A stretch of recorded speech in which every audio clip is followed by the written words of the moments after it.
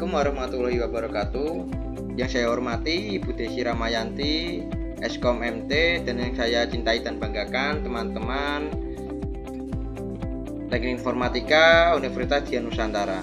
Perkenalkan, kami dari kelompok 6. Kelompok 6 terdiri dari Muhammad Taufan, Rendiansyah Perdinata, dan saya sendiri Bagas Raffi Adiatma. Kami dari kelompok 6 akan mempresentasikan tugas akhir semester mata kuliah algoritma pemrograman dengan judul Program C++ Seleksi Penerimaan Kartu Jakarta Pintar. Tugas ini memiliki tujuan untuk memenuhi nilai ujian akhir semester mata kuliah algoritma pemrograman. Untuk bagian selanjutnya akan dijelaskan oleh saudara kita Rendiansyah Perdinata. Tempat dan waktu kami persilahkan. Baik, terima kasih Mas Bagas atas waktunya. Untuk berikutnya yaitu dalam seleksi penerimaan kartu Jakarta Pintar atau KJP, kami menemukan beberapa problem, yaitu diantaranya yang pertama, proses seleksi yang dilakukan secara manual membutuhkan waktu dan usaha yang cukup banyak. Yang kedua yaitu pengumpulan dan pengolahan data calon siswa dilakukan saat terpisah dan rentan terhadap kesalahan manusia. Yang ketiga yaitu kurangnya visualisasi yang jelas mengenai hasil seleksi dan informasi yang calon siswa yang diterima atau tidak diterima. Yang keempat yaitu kesulitan dalam menyajikan kesimpulan yang ringkas dan informatif mengenai jumlah calon siswa yang diterima dan tidak diterima. Yang berikutnya yaitu dalam problem tersebut kami juga menemukan solusinya. Solusi tersebut diantaranya yang pertama penggunaan program komputer untuk melakukan seleksi secara otomatis, mengurangi waktu dan usaha yang diperlukan dalam proses seleksi. Yang kedua yaitu implementasi pengumpulan dan pengolahan data calon siswa melalui program sehingga meminimalkan kesalahan manusia dan meningkatkan akurasi data. Yang ketiga yaitu menampilkan hasil seleksi secara terpisah antara calon siswa yang diterima dan tidak diterima melalui output program, memberikan visualisasi yang jelas dan mudah dipahami. Yang keempat yaitu menyajikan kesimpulan mengenai jumlah calon siswa yang diterima dan tidak diterima secara langsung melalui program, memudahkan pemantauan dan evaluasi. Yang berikutnya yaitu latar belakang.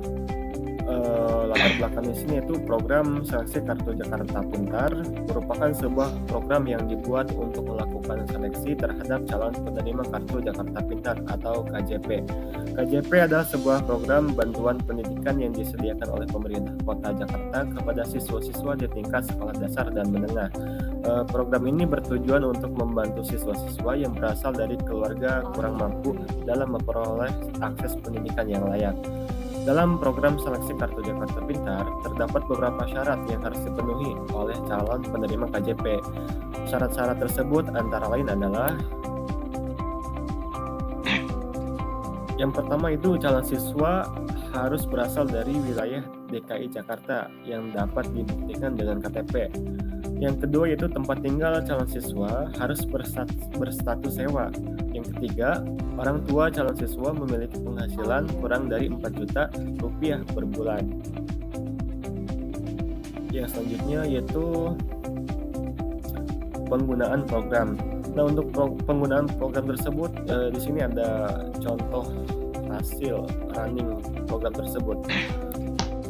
Program ini dirancang untuk memudahkan proses seleksi calon penerima KJP secara otomatis.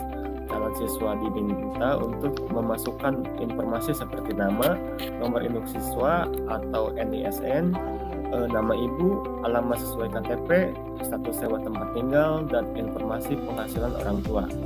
Nah, untuk slide berikutnya akan dilanjutkan oleh Mas Bagas. Untuk waktu dan tempatnya dipersilahkan. Terima kasih untuk Mas Rendiansyah atas kesempatannya. Selanjutnya untuk penggunaan program, setelah calon siswa memasukkan informasi, program akan melakukan seleksi berdasarkan syarat-syarat yang telah ditentukan. Calon siswa yang memenuhi semua syarat akan dinyatakan diterima, sementara calon siswa yang tidak memenuhi syarat akan dinyatakan tidak diterima.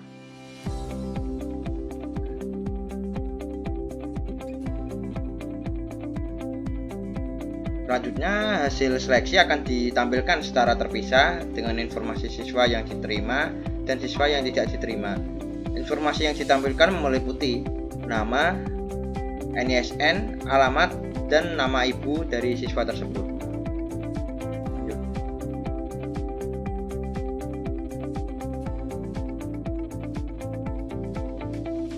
Program ini juga memberikan kesimpulan berupa total jumlah siswa yang diterima dan tidak diterima. Untuk daftarnya seperti yang tertampil di presentasi ini. Selanjutnya,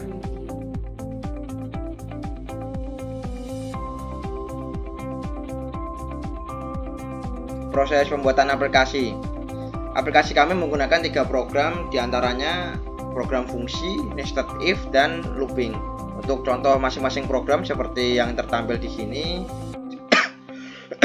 Di bagian kiri adalah program fungsi, pada bagian tengah sebelah kanan itu adalah program looping, dan untuk yang paling kanan sendiri adalah program nested if. Selanjutnya,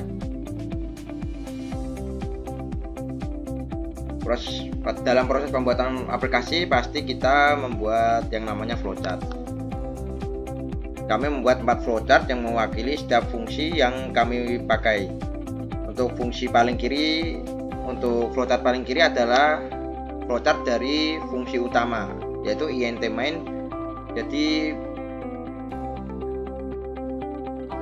semua fungsi yang ada yang kita buat akan dimunculkan pada flowchart di sini. Untuk flowchart kedua dari sebelah kiri adalah flowchart untuk menampilkan jumlah tidak diterima, jumlah siswa yang tidak diterima. Untuk flowchart selanjutnya adalah flowchart untuk menampilkan jumlah siswa yang diterima. Dan yang terakhir, yang flowchart paling kanan sendiri adalah flowchart kesimpulan, flowchart dari fungsi kesimpulan. Jadi dari data jumlah siswa tidak diterima dan jumlah siswa yang diterima akan dimunculkan pada flowchart ini, flowchart kesimpulan. Selanjutnya, untuk proses pembuatan aplikasi, tabel kebenarannya seperti ini, ya kurang lebih seperti ini. Untuk bagian selanjutnya akan dijelaskan oleh Saudara Taufan. Tempat dan waktu dipersilahkan. Baik, terima kasih sudah memberikan waktu untuk saya berbicara. Selanjutnya saya akan menjelaskan tentang proses pembuatan aplikasi, yang dimana kami memakai vektor. Vektor itu sendiri seperti array yang kegunaannya itu menyimpan elemen atau menyimpan karakter dari sebuah tipe data. Dan definisinya itu vektor adalah struktur data yang digunakan untuk menyimpan kumpulan elemen dengan tipe data yang sama dalam urutan yang terdefinisi. Vektor juga dikenal sebagai array dinamis karena ukurannya dapat berubah secara dinamis saat program berjalan. Tidak berbeda jauh dengan array pada umumnya. Jadi array dan vektor itu kegunaannya sama, tapi lebih simple atau lebih dinamis itu vektor. Maka dari itu kami memakai vektor dibanding array. Vektor itu sendiri kami berfungsi pada di fungsi siswa terima dan tidak terima, itu akan menyimpan data terima dan data tidak terimanya. Selanjutnya saya akan menjelaskan tentang bagian looping ini. Pada bagian ini, looping for akan mengulangi proses penerimaan data siswa sebanyak jumlah siswa yang sudah kami buat tipe datanya diinput oleh pengguna. Setiap iterasi loop, program akan meminta input data siswa, memanggil fungsi hasil seleksi yang sudah kami buat pada sebelumnya di atas untuk menentukan apakah siswa tersebut diterima atau tidak, dan kemudian melanjutkan ke iterasi berikutnya atau keluar dari loop jika semua siswa telah diproses. Jadi maksudnya itu, maksud kami membuat ini, jika kita ingin menginput beberapa siswa, lebih dari 2 siswa, kami akan buat mengulang 2 siswa atau 3 siswa. Bisa contohnya user ingin siswa masuk 10. Nah, maka sistem akan mengulang 10 proses, 10 pengulangan, jadi 10 input. Selanjutnya, selain itu terdapat loop for yang digunakan dalam fungsi siswa diterima dan siswa tidak terima untuk mencetak data siswa yang terima dan tidak terima. Yang saya jelaskan sebelumnya, vektor berguna untuk menyimpan data terima dan tidak terimanya. Selanjutnya, pada program kami, nested if digunakan dalam fungsi seleksi yang memiliki 3 kondisi yang harus dipenuhi agar salah siswa dapat diterima. Terdapat 3 tingkat nested if yang saling. Ini berarti bahwa semua kondisi di dalam if statement kuat dan semua kondisi di dalam if statement harus terpenuhi untuk mengembalikan nilai true. Jadi kami sudah membuat sistemnya ya itu maka akan diterima. Jadi logika yang kami buat itu logika N. Jika salah satu dari 3 itu ada yang kondisi false, maka semuanya akan salah. Diharuskan semuanya itu berkondisi ya. Selanjutnya, dalam program yang kami rancang terdapat penggunaan fungsi-fungsi yang memiliki kegunaan khusus di dalam program kami dan saya akan menjelaskan fungsi-fungsi itu satu persatu. Dan fungsi-fungsi ini juga membantu memisahkan dan mengorganisir logika program menjadi bagian-bagian yang lebih terdefinisi dan dapat digunakan kembali. Di sini pertama ada fungsi siswa diterima. Fungsi ini digunakan untuk menampilkan data siswa yang diterima dari vektor diterima. Fungsi ini menggunakan loop for untuk mengintegrasi melalui elemen-elemen vektor dan mencetak informasi siswa seperti nama, ISBN, alamat, dan nama ibu. Selanjutnya ada fungsi siswa tidak diterima. Dan fungsi ini juga tidak jauh berbeda dengan fungsi siswa diterima karena ya kami membuat fungsi yang berbeda karena untuk mempermudah pengerjaan kita karena lebih dinamis gitu. Fungsi siswa tidak terima, fungsi ini juga digunakan untuk menampilkan data siswa yang tidak terima dari vektor tidak terima ini yang sebelumnya saya jelaskan tentang vektor ini. Fungsi ini juga menggunakan loop for untuk mengintegrasikan melalui elemen-elemen vektor dan mencetak informasi siswa yang tidak diterima. Selanjutnya terakhir ada fungsi kesimpulan. Dan fungsi ini digunakan untuk menampilkan kesimpulan dari proses seleksi. Fungsi ini mencetak jumlah siswa yang terima dan tidak terimanya.